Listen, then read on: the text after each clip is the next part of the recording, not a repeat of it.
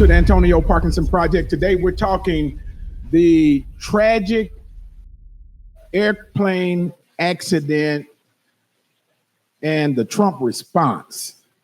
And also, y'all think our school board is bad. We're going to talk about Tiffany Henyard, mayor of Dalton, Illinois, and we're going to talk about their council meeting. And lastly, we are excited to have the new CEO, El Presidente of the Boys and Girls Club of Greater Memphis in the building, Gwendolyn Woods. So don't go anywhere, stick around, hit that subscribe button. We'll be right back.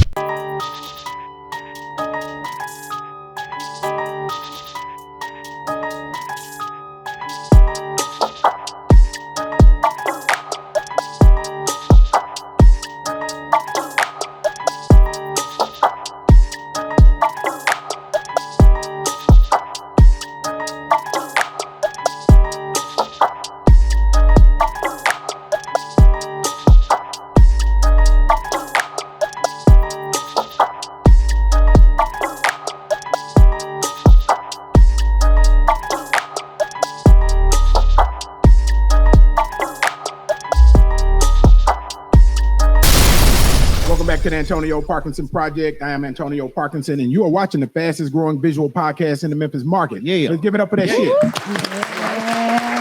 Look at Gwen over there clapping. She church clap. I'm telling you, that show wasn't clapping hard. Right, that show was a church clap, wasn't it? Yep. This show was. Man. Hey, give it up for my lovely co-host Angelica Jelly Woods in the building. Can we add the Miss Woods, okay? Because we got two Woods in here today. I think we need to make sure we add that on there. There may be some confusion. The Miss Woods. I'm sure your listeners know the original Mrs. Woods. Look at that cancer coming out in her. I don't hear. That's what I'm talking about. I don't hear. Right. That's my DJ, DJ Kojak in the building. DJ Kojak. Hey, DJ Kojak. Hey, Kojak, I want you to do something special, man. I want you to scratch it up for Gwendolyn Woods four times. Listen. Okay, look. Okay. Hold up, Gwen. Step up to that mic now so they can hear you. But let me ask you something. Did you hear that scratch? It was cold. Man, yeah, that's what I'm You've been in Memphis too long. You don't lie and something extra on that, boy. Boys and Girls Club got my support forever. Right, that's my support forever. Wow. Right. The only one that never hears the scratch is Angelica for the most part. I tell the truth. The other Woods. Not the real Woods. Okay, Kojak. You remember when she leave, you're gonna be here by yourself. Kojak, you gotta live here, Kojak. Yeah, go cut up. I might need to take that back. Yeah. Hey, man. Hey, y'all, it's a lot going on. It's a lot going on. A lot of craziness going on. Let's talk about this Donald Trump thing. And not Donald Trump, but this tragic incident at Reagan International Airport that has just blown the minds of all of us here in America. Josh, run that video. The latest now in the breaking news we've been covering all night here in the United States, the mid-air collision between an American Airlines passenger plane and a U.S. military Black Hawk helicopter that was on a training mission. 67 people were on board total between the two aircraft that collided over the Potomac River near Reagan National Airport. The way you fly the approach into National Airport for runway 33, which is the shorter runway that an aircraft of this size would use, is you fly the approach to runway 1, and then at a certain point, you turn off and line up on the northwesterly runway. And that aircraft was in that banking turn as it was lining up for approach for runway 33. And that is that spot where underneath is a helicopter route. And so this is the collision point. Clearly is at that location along that helicopter corridor along the Potomac River. Man, so, it wasn't enough for, all of these people to lose their lives and just for, point of reference, my first training was, when I came into the Marine Corps, they sent me to air traffic control school. And one thing about, being, in air traffic control, you're communicating with those pilots, right? And those pilots are communicating back with you. And so and I'm sure that what they're saying is that American Airlines flight was on approach. It was about to land, literally about to land. And from what I understand, sometimes they make the turn and then they come in and they land on that runway. And so it was making this approach to land. And when that's happening, there is communication between pilots and control, right? And it's confirmed. They confirm information when they say, okay, you clear the land, this, that, and other. The pilots respond back, okay, so on and so forth. And from my understanding, there was no communication with this Black Hawk helicopter. And for those of you that don't know what a Black Hawk is, it is a helicopter that is used in war situations. So they have mounted guns, so on and so forth, this and another. And sometimes they fly black, so not very little light, and that is used, of course, obviously, for to be in stealth mode, right? So they're not being seen. And from what I understand from the information that's out right now, is that this Black Hawk and the pilots what is being said, they were in training. They were training, and apparently there was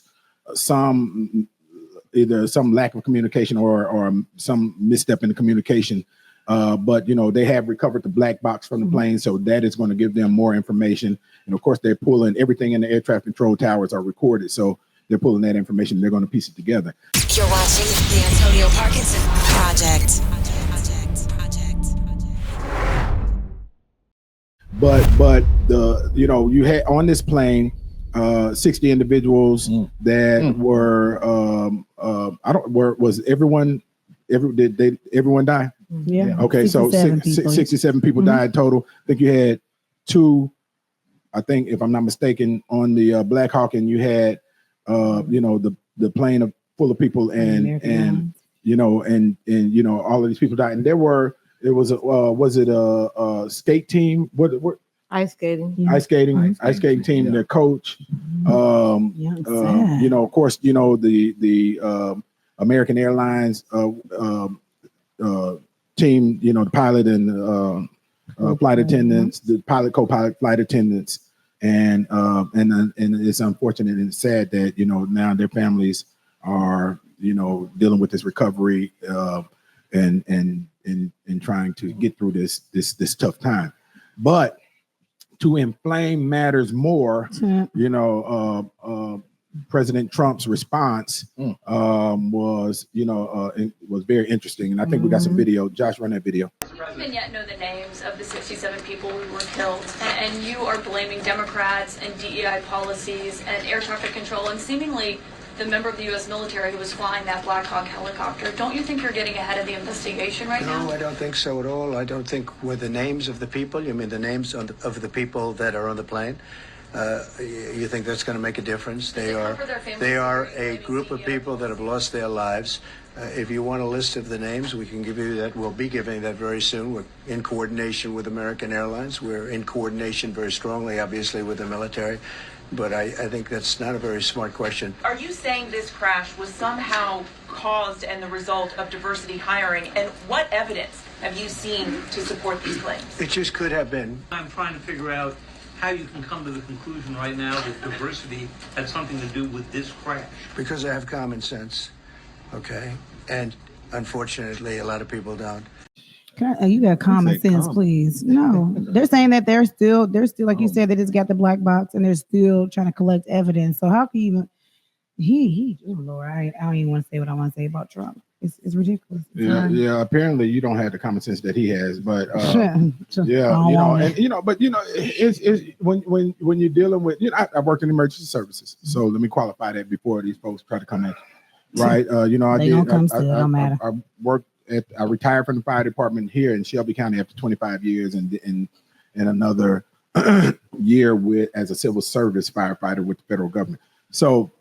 When you see these tragedies or you see people going through these things, they are looking for comfort. They want comfort, especially from those that are in leadership, right? And, every word matters. Seriously, especially, when you think about words coming from the president, and, those words, they although he may be right, there's nothing, it's not going to change anything. It's not going to bring the people back. but still, his tone and the the words were a bit callous, right? And especially when you're dealing with people that have lost loved ones. The scary part thing is just like they were so close to home. It's not like they were far off. You were just about to land, and we take flying. So we just guarantee just being able to get on these planes and land.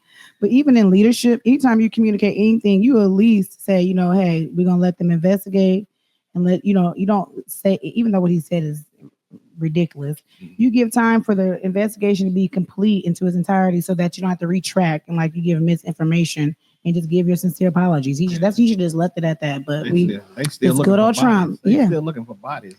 Come out and confirm who was on there. So he's ridiculous. And then you blame it on DEI. And he just, in Democrats, he just want to put it on somebody. It has nothing to do with that. You're watching the Antonio Parkinson Project. And I was going to say something about air traffic control. That's like one of the most stressful jobs ever. I would never, ever in life. Did you? You said you used the control. You did do it. I went through the train. I went through the training in the Marine Corps. Yeah. I never want to do that. Right here in Millington, Tennessee. That's how I got to Memphis. Really? My orders brought me to Memphis because I based on my ASVAB scores, they sent me to air traffic control school, and they sent me to. Scores were good. Yeah, they were good. Okay. Very good. Oh, wow. They said I was an alpha candidate. Wow. So, Oh God. Yeah. AKA Honcho. AKA Honcho. Right. Okay, Leadership right. is built within. Okay. You're right. Oh. Right. I mean, man. I probably, my scores would have been high, but I failed mine on purpose so I wouldn't have to go. Wow. Really? You could have still said no if you passed it. Well, I didn't know. It ain't like you was in a draft. You wasn't getting drafted. Hey, Are you being serious? I'm being serious. Yeah. So I just went right down the list and said, look, I'm not going to none. Wow. Oh Lord. I'm pretty sure. Is that legal to do that? I mean, Parkinson? It's legal or not? Yeah, it's legal for him to do that. But what's interesting too, as we ADHD into my ASVAB score, is that when I think maybe 2 or 3 weeks into boot camp, they pulled me up out of the dirt, right? And the commanding officer of MCRD San Diego Marine Corps Recruit Depot San Diego had an audience with me, and he said they've been looking at my jacket, they've been going through my stuff. I thought they were about to kick me out. Seriously, I was having an oh shit moment, literally about to, right? Because I'm nervous, right? And then my big ass drill instructors are standing right beside me, a little bit behind me, and they look nervous. So I'm like, they look nervous. I ain't never seen these crazy look nervous. And so they didn't know what I was there for. They didn't know why he wanted me there. And it's just the 4 of us outside on the parade deck. And he said, we've been looking at your jacket and, looking at your record and this, that, and other. I thought I had popped positive on a weed test or something that came back and they finna put me out. Oh my God. And he said, but he didn't say that. He said, based on, everything that we see, we want to send you to officers candidate school. Right. I said, oh, right. Well, I didn't say that. Right. But I was like standing at attention, like listening. And he said, and so what will happen is if you decide to take this offer, we will pull you out of here right now. We will send you to Quantico, Virginia, and you will go to boot camp with the officers. And once you finish boot camp, you can choose any university inside of the United States that you want to go to, and we'll pay for it. Wow. Yeah, that's how, based on my scores, right? Okay. And keep in mind now, I was the kid that got kicked out of 2 high schools. Right, the one that went to jail at 14 for carrying a gun, speaking of Boys and Girls Club, right? And he needed to be at the Boys and Girls Club. Right, yeah, for real. And and the person, in fact, I was supposed to be in the Air Force, but I couldn't even leave because the last high school that kicked me out, they told the high school that I enrolled in that they were going to mail me my diploma. Just let him finish down there and we'll mail him his diploma.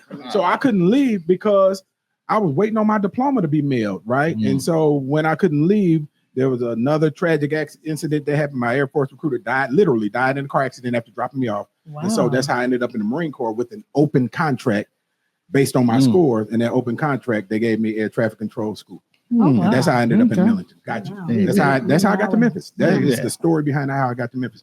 You're watching the Antonio Parkinson Project. But But it's sad and unfortunate. I think we got I think about another minute and a half in this segment. But it's incredibly sad that we're dealing with this situation. And one of the things that's coming out is that Trump, under his executive orders, I think that they're saying that he released a lot of these people that work at the FAA. Yeah, fired him. Yeah, and we're in a situation now. They were saying also that according to some of the news outlets, that the individual that was monitoring the plane was also monitoring, the helicopter's traffic, right? And so, but they're saying that according to Reagan International Airport, they're saying that this is normal staffing, which is interesting. So it's a lot going to come out. It may not be normal no more. Yeah, everybody may not have be their eyes on there, and so much communication that needs to be done. It's a dangerous job. I'm sorry. Right. Too many people's lives online just by you paying attention. That's why I'm not an air traffic control. I'm sorry. Yeah. It's tough. Listen. I think Gwendolyn Woods thinks she's going to sit here and not say anything on these topics, but she's going to get pulled in. Hey, man, put the camera on Gwendolyn. If you'd like to make a phone call, please try your call again. Look, yeah, but listen, y'all don't go anywhere, because when we come back, I think we're going to talk vouchers, and we're going to talk that was passed last night or day before yesterday, and yesterday, and we're going to talk also this immigration bill that will make your city council and your county commission and both of your mayors a felon. So don't go anywhere. Hit the subscribe button. We'll be right back. You're watching the Antonio Parkinson Project. I can't say no to your job, 'cause I wanna lose my mind with you. I can't say no to your love, 'cause I wanna lose my mind with you.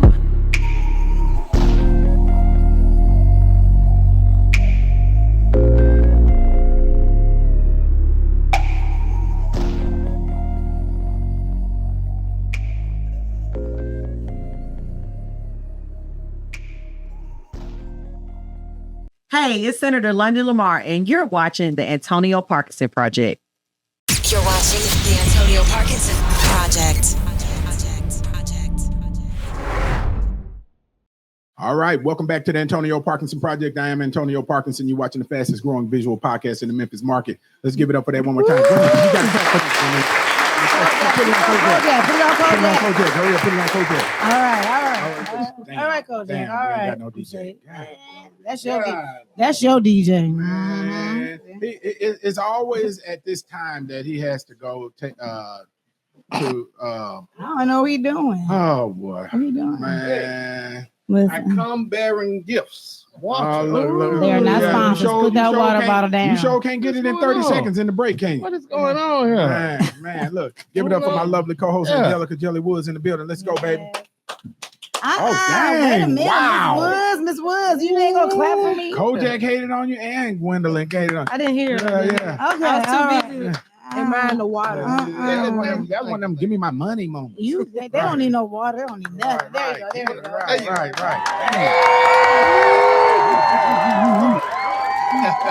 Man, we Rico clap for you. Man, Thank you. Nicole didn't clap. Josh didn't clap. Oh, that's okay. Boy, it's y'all. It's a hard audience tonight. So, y'all give it up for my DJ who went to the bathroom between the breaks, but he's back now. His weak bladder. That's why. All right, DJ. All right. Coming out feeling about 10 pounds lighter. Man. And y'all give it up for our lovely guest. Gwendolyn Woods is in the building. Y'all give it up for her. So Gwendolyn, she took her heels off. And, she seems to be a bit more relaxed now. Yeah, Gwendolyn, you had a long day in them heels. Yeah. You're corporate now. Yeah. You're boss now. So you. I've been cute before that though. Wait a minute. You step up to your mic first of all. So unless you're cancer, you've been. But you've been. I mean, but I'm just saying. The heels came before though. I didn't say the heels made you cute. Though. Oh, okay. Where that come from? You were acting as if the heels was a new thing. I was talking about power. A woman of power in her heels. And she shot me.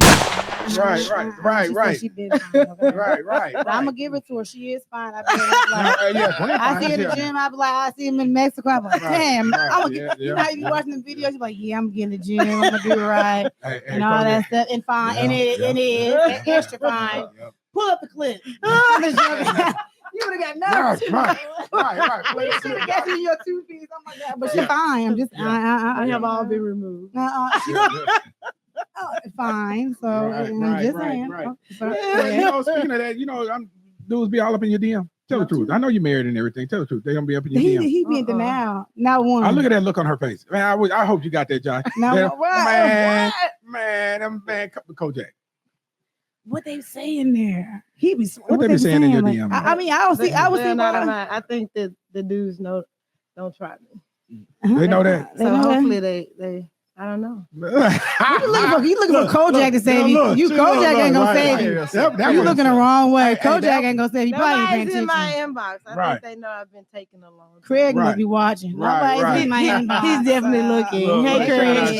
Shout out to Brother Woods. Can I say something about that? We're related. I was gonna tell her this. Okay, so we have a family Facebook, right? But my name is Woods, but I am related to some different Woods in the country. I don't ask me. My husband is whatever. He was technically whatever. And I seen your picture when you became CEO in there. And I sent to my father. I said, hold on. He's like, congratulations. They said, congratulations to Craig's wife, her promotion or whatever. I said, is Craig my cousin? So I think we cousins. Y'all in the family, the Woods Pickett group. And we related. Well, Craig is my cousin, so we are related. We are cousins. Yes. Hey, fam. Hey, See, Craig. I knew I liked you all the time. See, I know there was a reason. We're family. So, Craig, we family. If you didn't know that, okay? The Wood Pickett or something like that. So that was so random. I'm like, we related. Shut up, Park, because he's looking like. I don't know if he's watching. I'm glad y'all having y'all family reunion and everything. Literally. And, Well, we were. Yeah. Okay, back on task. From the woods. Country. He swear I'm country. Man, look. Angelica put the K in country, though. Angelica, sometimes when she's talking to me, she sounds like a white cowboy. And I'm like, really, Josh, right. And we got the receipts. We got clips of when she sounds like a white cowboy.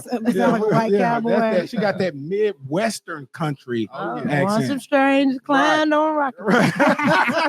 Really? Right. Sound like Angelica sound like she's one of the settlers. You know, right. Angelica, I love you too. Okay, thank you. It's okay. I got y'all. It's all right, y'all. So all of that will not really make the edited version, but it can. It's okay. It is. He petty. He gonna put it on there. You're watching the Antonio Parkinson Project.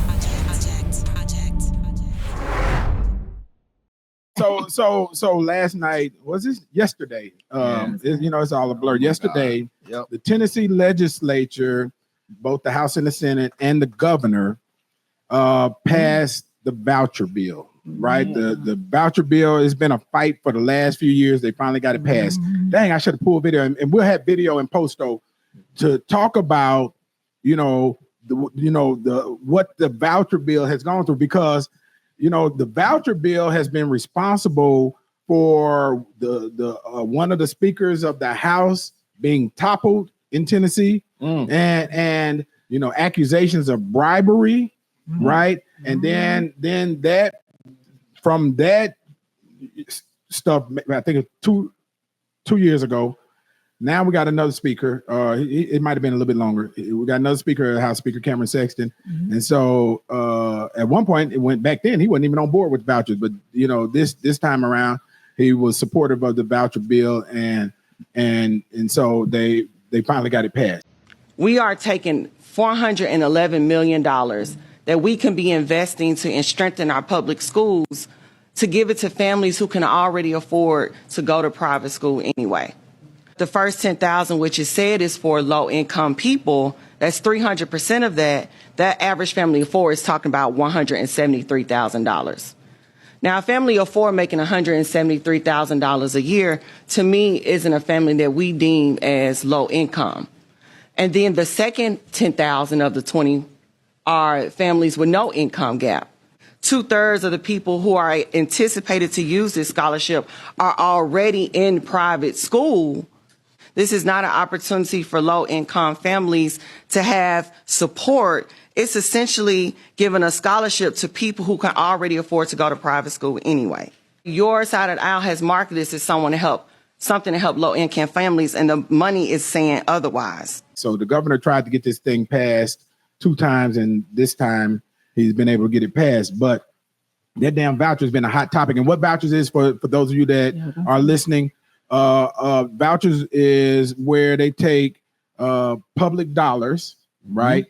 And they give it to the private schools for students to go to private schools instead of the public schools. So they take the tax dollars and they are giving it to private schools now.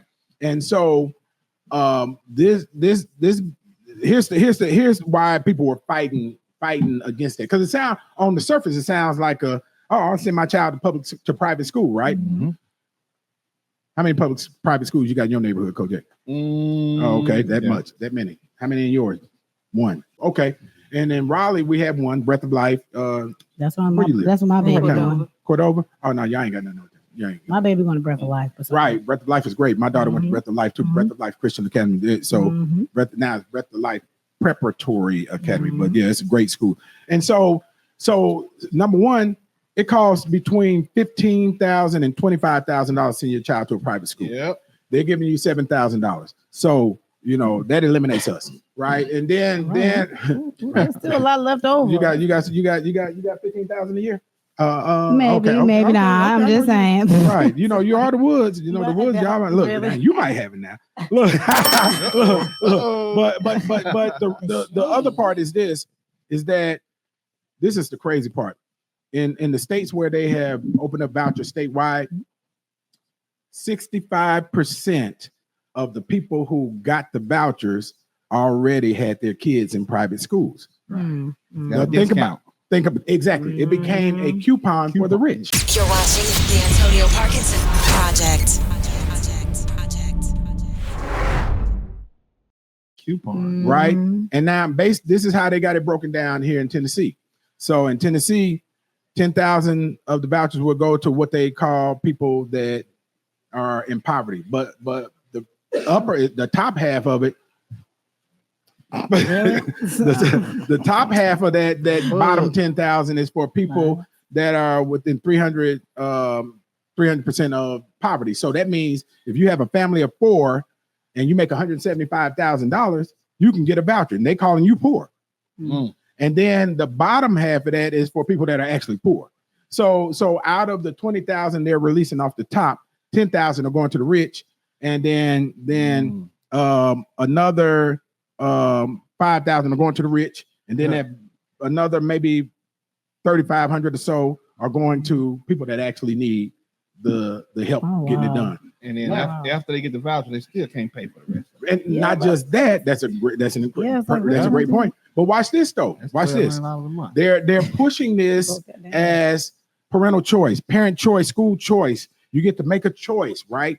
But there is not one private school that will allow you to make the choice to put your child in their school. They are going to make the choice as to whether or not your child gets in. Right.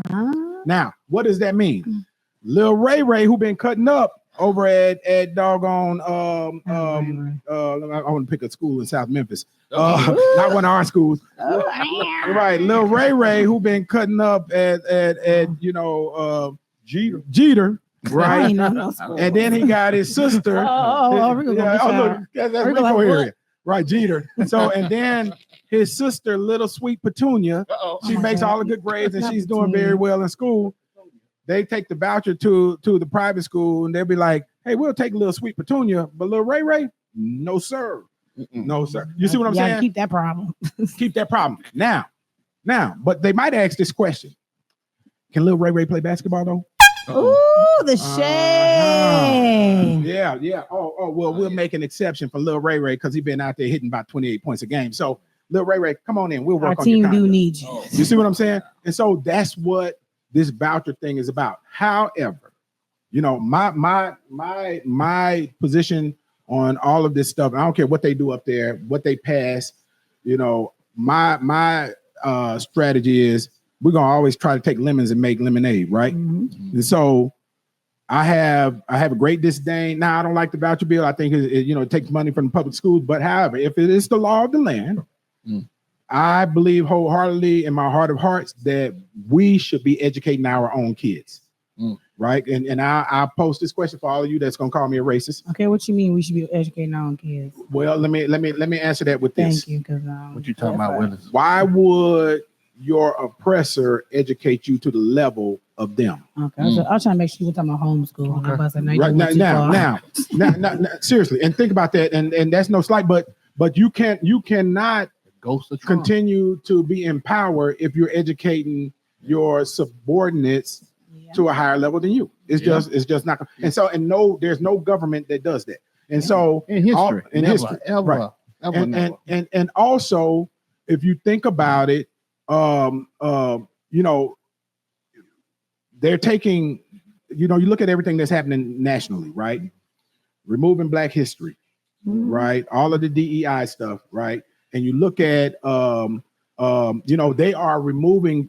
Trump is now telling them the Black holidays, Black History Month, all of that stuff. The Pentagon has already said they're shutting that down. Yeah. Right. And others are going to follow suit. Right. And you look at, what's happening nationally with our corporations, the businesses, they're shutting all their DEI programs down. The only way, and they're banning books, this, that, and other, so on and so forth in the public schools. Now, while I think it was intentional to make vouchers tasty, palatable, right? But if there's an opportunity for us to open up these Black private schools, now that this is the law of the land, we need to be opening up these schools. You're watching the Antonio Parkinson Project. Oh, there we go. Okay. Yeah, flip it on. So okay. So open a private school, make that money, and educate your own. And for me, it's not so much about making the money as much as it is about educating our own, right? Having control of what we teach our kids, right? Yeah. Curriculum, and making sure that they know who they are, right? Because under the private schools, you can put Black history back in there. They can't tell you. I was going to ask you their teach. guidelines around the money. Listen.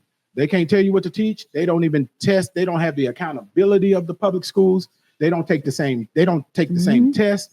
The public schools have way more accountability from the state. Than the charter schools that the state has ordained, and then the private schools. They can put my class, conflict resolution, in there. You got keep it in there. That's the class I propose to go in this newly built.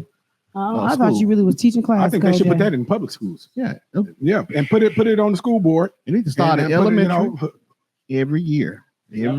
Or you can take your kids to Boys and Girls Club where we teach that daily. Why, that's what I'm talking about. We have 19 sites across the city of Memphis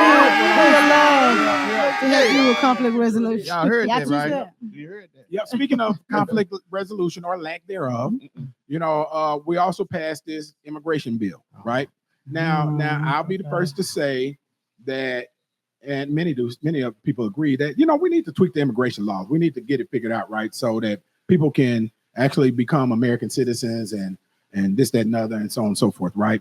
But in this law, they said that if a city council or a county commission or a mayor or a school board, right, says that or vote to put protections in place for undocumented immigrants, they will be charged with a Class E felony for voting for it. They don't even have to pass, but if they vote for it, they will be charged with a Class E felony. Now, let's take away your rights. I think, don't we have some video, Josh? This is a really, really dangerous path. You think about your friends that are on these bodies. You will be charged with a felony if you vote, not if you pass it, but if you push the button. So we are going to make felons out of commissioners, mayors, council members, because they vote on something that we do not agree with. That's incredibly bad precedence. How many times have we voted on things that went counter to the federal government? We do it all the time. We created a trigger law counter to reproduction right laws federally. We're not felons because we did that. What if a city wants to vote to set up a trigger law in the event that the state law changes? They would become felons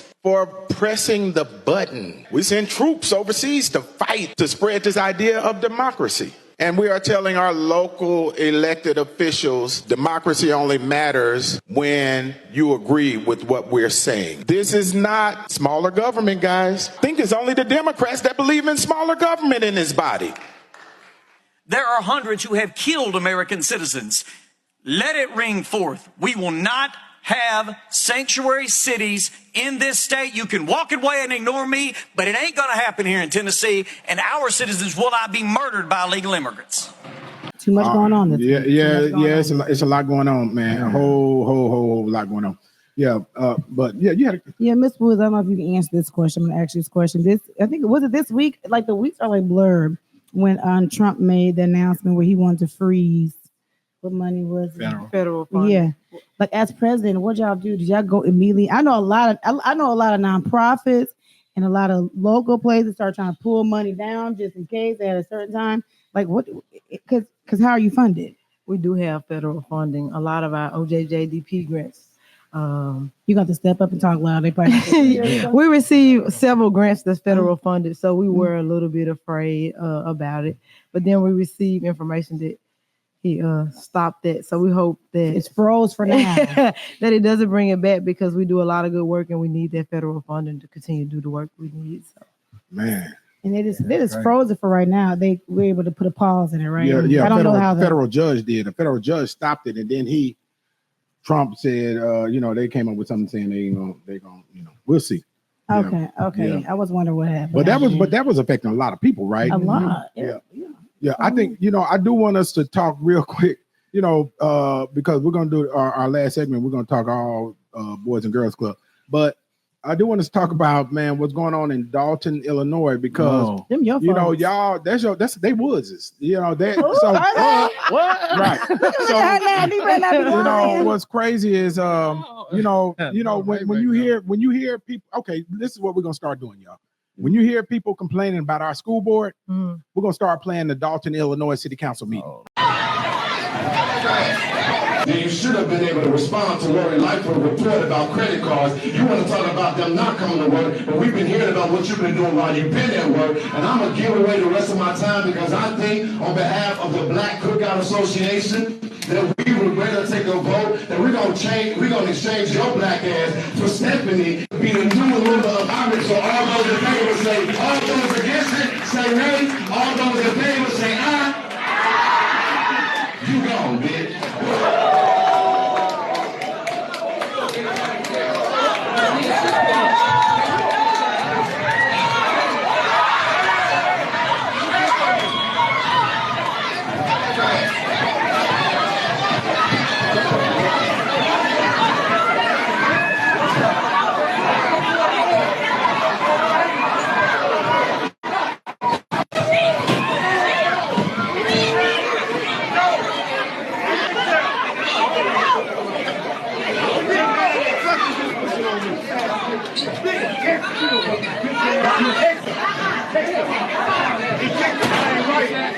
That ain't right. Now, woman, go out. That ain't right.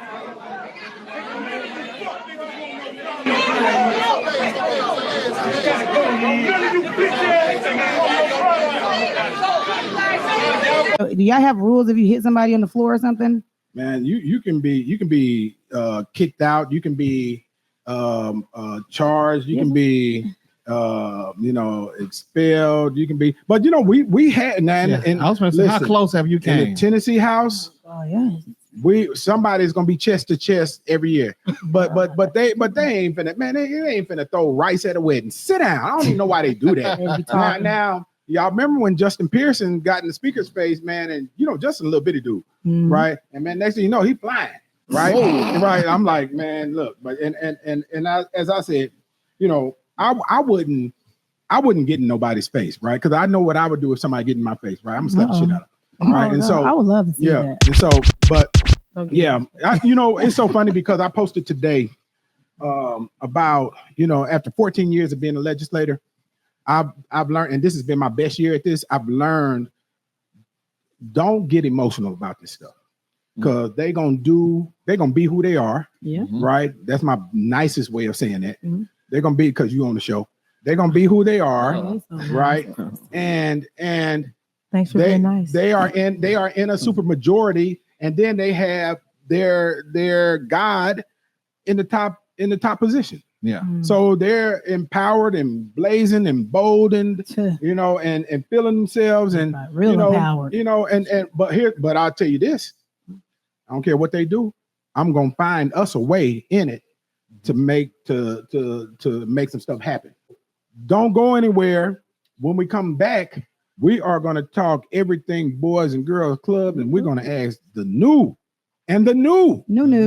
CEO, president of the Boys and Girls Club, Gwendolyn Woods, the hard questions. Right? She ain't getting no pass in here, right? Yeah. So hit that subscribe button. We'll be right back. You're watching the Antonio Parkinson Project. False dripper, like a broke faucet, diamond teeter, and my neck glossing, project flossing, taking no lossing, ain't trying to go up that creek like Dawson, ain't no pausing, no stagnation, pockets on swole, like pregnation, brand new house, brand new cars, I'm from the hood, gentrification, money flipper, straight go getter, I want the back and keep the liquor, partner strapped in, we never slipper, God gon' keep us, he gon' deliver, Tata, still on the money, the bag, some more and some more, my face on that flag, ew, still on the money, the bag, some more and some more, my face on that flag. Mic check, 1, 2, 3. Mic check, this your boy, Pimp Type, MJG. Yeah, man, and this your dog, Big Ball. And y'all know what this is.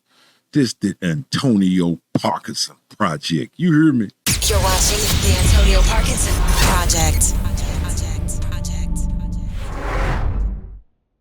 Welcome back to the Antonio Parkinson Project. I am Antonio Parkinson. You're watching the fastest growing visual podcast in the Memphis market. Say that. We're good for it. Man, we got I have been a fan of hers for a very, very long time. That's so nice. He ain't never said that. Yeah. No, he hasn't. I've honestly been a fan of hers for a very long time and the reason why is because I remember when I met her at a Boys and Girls Club, right? And I was there. I think their former CEO brought me over there to show me the recording studio at this club. And she was there too. And right away that her heart is with these children. And it's pure and it's real, right? It's just a job for me because she wasn't in the job that she in right now. Hello. Real talk. Look, I ain't gonna even ask how much money he was making back then. But look, y'all give it up for Gwendolyn Woods in the building. Yeah. Gwendolyn Woods in the building. I want that same image she be having with University of Memphis and all this stuff. Thank you. Antonio Park. That's right. Project. That was right. Nice to hear. That's right. I'm serious. I'm like, that is so nice. Yeah, but it's real though. I know. You don't ever really say nothing. I'm incredibly proud of her. When she got the position, man, I couldn't wait to reach out to her. Honestly, tell you, look, you got whatever I can do. You got my full support. Real talk. Thank you so much. You got to air. You got to receive. Right? We start working on some stuff. We got to finish it up.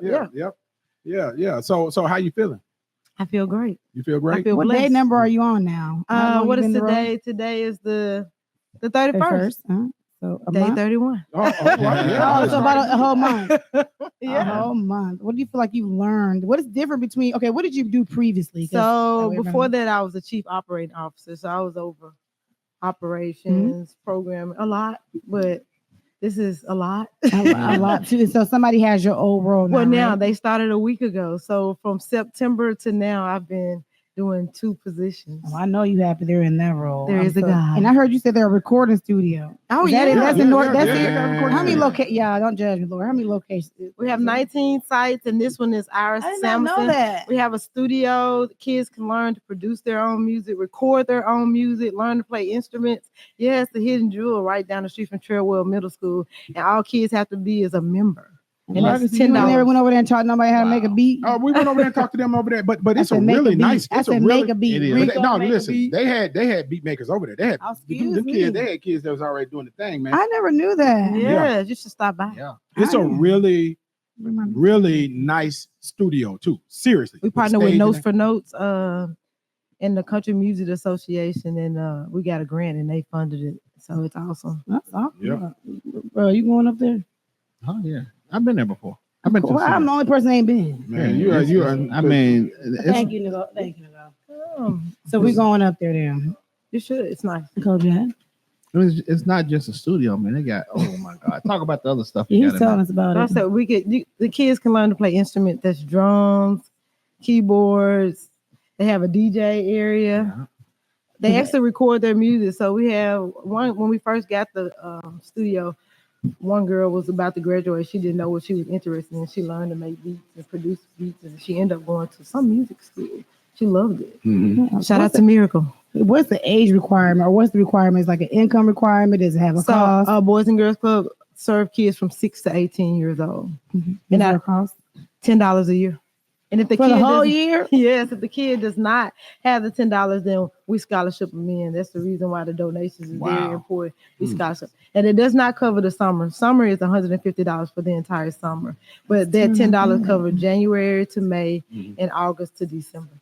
That's still not bad at all. $10, Yes. $150 for the. Oh no, Sugar ain't old enough yet. Never mind. She going up there. You think so? It's great. Really? No. You said she need to be up there. Man, but what's the actual mission of Boys and Girls Club? You're watching the Antonio Parkinson Project. But what's the actual mission of Boys and Girls Club? To inspire those who need us most to realize their full potential as caring, productive citizens. So every day after school, from 2 to 8 at some of our clubs, we provide a program with character and leadership, healthy lifestyles, academic excellence. Just like a school, we have a schedule. So the kids might be in chef club 1 hour. They might do Money Matters, our financial literacy class, computer literacy, triple play, healthy lifestyles, anything you could think of, we do it at Boys and Girls Club. But we try to make sure that it's engaging and fun because we don't want the kids to feel like they're in school again. So we try to implement games and do it in such a fun way that the kids don't really realize that they're learning to the end of the session. So it's a lot of fun. And do you guys provide transportation for the people they don't, but by having numerous locations, people are able to walk? Usually they walk there, but we do pick up from Aurora Charter School. We bring 50 to 60 kids from Aurora to Iris Samuelson every day. We pick up a few kids from Snowden and take them to Iris Samuelson. Kind of depends on the area or the location. But yeah, we do. Y'all do workforce development too. Right. So we have a technical training center. And we deal with kids 16 to 22 years old there. And you should visit there too. It's next door to Lemoore On. We have culinary arts, logistic, automotive. Kids learn all these skill sets, welding. And after they complete it, they get a certificate. So the purpose in that is for those kids who are not potentially going to college. We try to make sure that they're ready to get employment. Okay, I'm gonna do a plug for this. With the welding or the students and they have to be least going and being 18. You said it goes to 22. At the Memphis Urban League, they have an apprenticeship program. It's free. Like, yeah, I told people, I was like, I'm gonna give you the link.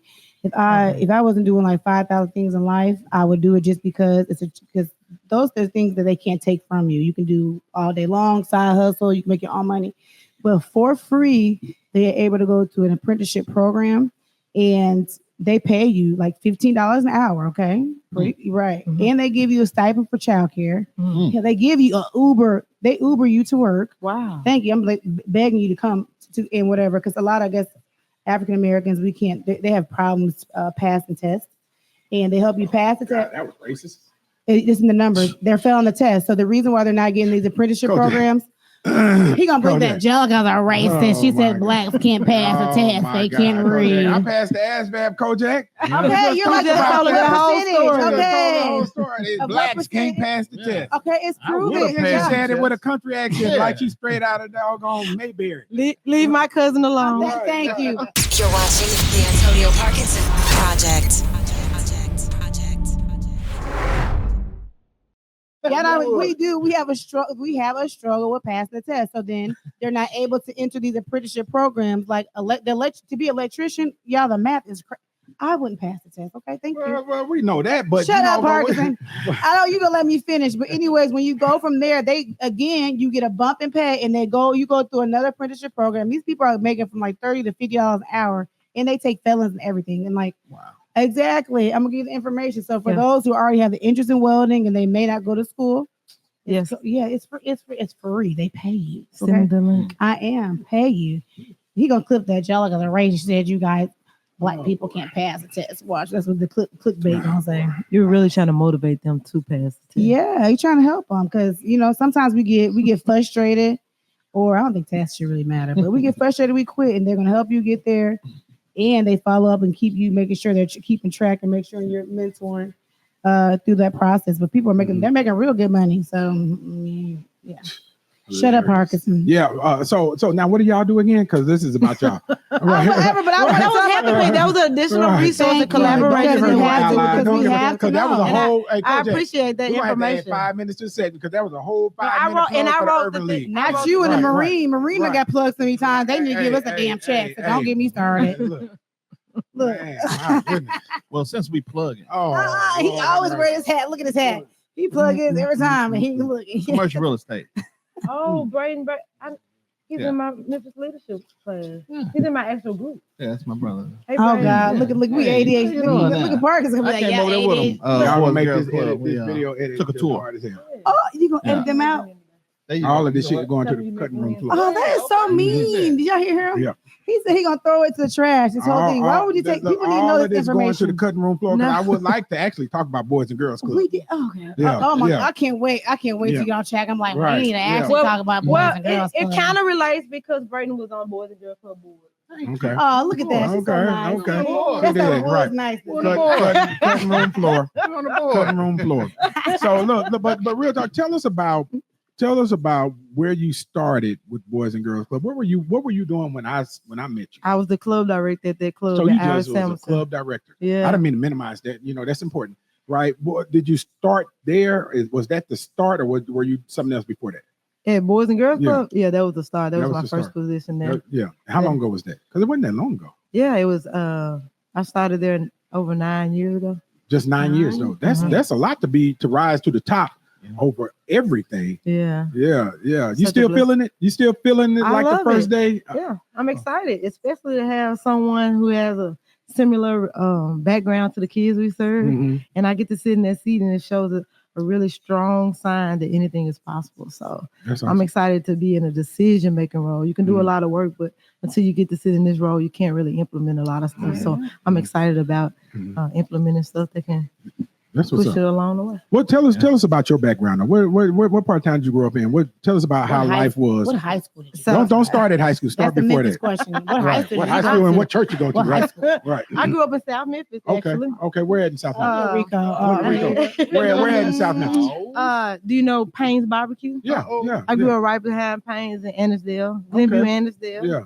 I grew up single parent, not because my mom and dad weren't married, but my dad died of leukemia when I was 4 years old. When you were 4. Okay. Oh, wow. So my mom raised me, very good household, but where I grew up, I could have gotten a lot of stuff. Right. Could turn out different, Did you get in some fights? I had them hands for sure. Okay. We live. I can't deny that. I got you. Scientific studies have shown that people in leadership got hands. And then you don't want to push a cancer, man. Because we don't mess with nobody. Oh God, we don't mess with nobody. Don't. And because speaking of throwing hands, there was a mentor. I ran track. We had to run a mile one day in practice, and then the lady realized that I was really good because I ran like a 5:20 mile in like 7th grade, and that's how I got started running. She became a mentor. Debbie Bennett from Streets Ministry, her husband Ken Bennett, kind of mentored me, changed my life. 12th grade, right before high school graduation, she asked me what I was gonna do. I didn't have a plan. At school they say take the ACT. Do all that, but they assumed that my family had went to college before. And I did everything they said, but what's next, right? I didn't know. And so finally she stopped me in the hall because people assumed because I was so good that I had a track scholarship, but nobody had reached out to anybody, did anything. She made it. She went the extra mile, made a couple phone calls, got me a track scholarship. Oh, wow. And I was the first to go to college. And that her going the extra mile changed my life. And because of that, I've been kind of doing this work for the last 30 years because mentorship changed my life. And a lot of people that I used to be around at age 7th grade, 8th grade are dead, deceased, murdered and all kind of things. But track changed my life. Miss Bennett changed my life and my mom. And I'm just grateful. You seem to have gotten a little emotional when you were saying that. Seriously, that's what makes that emotional for you? Because I mean, I know who I used to be around. I know what could have happened. I know friends that didn't make it past 8th grade, didn't finish 6th grade. These are the people that I played with every day and talked to. And like I said, I came from a great home, but you spend a lot of time outside of your household. So additional support matters. You're watching the Antonio Parkinson Project. And you can teach conflict resolution all the time, but do you know the amount of courage and self-esteem you have to be able to say no? I knew to say no, but I had to be a little different. It was uncool to do some of the stuff I did, but I had to get self-esteem and be like, I don't care what you think. I'm not going to do it. And because of that courage, somebody was praying for me for sure. My life, I get to sit in the seat. It's a lot of stuff. I'm glad, anything could have happened. Yeah. I was around, you name it, gangs, drugs. Those were my friends. but you know what's interesting about your story is that, a lot of times when we're coming up like that, coming up in those environments and around all this stuff, and for a long time in them teen years, you are at the crossroads. Your life can go left or right, right? And there's probably been many moments where it was almost making that hard left, right? But of course, apparently God had his hand on you, but not just that. You look at those experiences, right? And you realize later that you are being prepared for what you're doing. Think about what you're doing now and all of the experiences that you had coming up, and which made you the perfect person for this position. You can respond to that. Oh. Yeah, I know you seem to be a little mesmerized. I do think that everything I endured in life prepared me for this situation. You can't be meek and mild and weak to be a leader of an organization. You have to resolve issues, be able to make correct decisions. CEO is really putting out fires every day.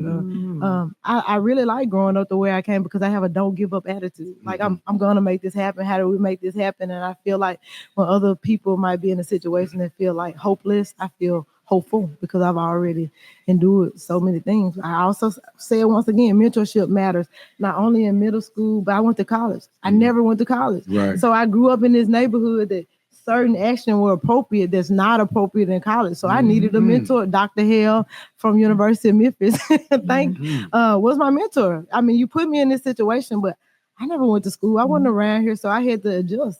And it's always additional growing. And I just thank the Lord for everybody that was in my life that deposited something in me and believed in me. Like being in this role, you would think first woman, black or white, to be in this role. I have experienced so much support, like from being here. Somebody is always reaching out, sending you an email from different CEOs, and you probably wouldn't think that, but it touched my heart that they reaching out and they want to support. So I'm grateful for that. I have two things to say.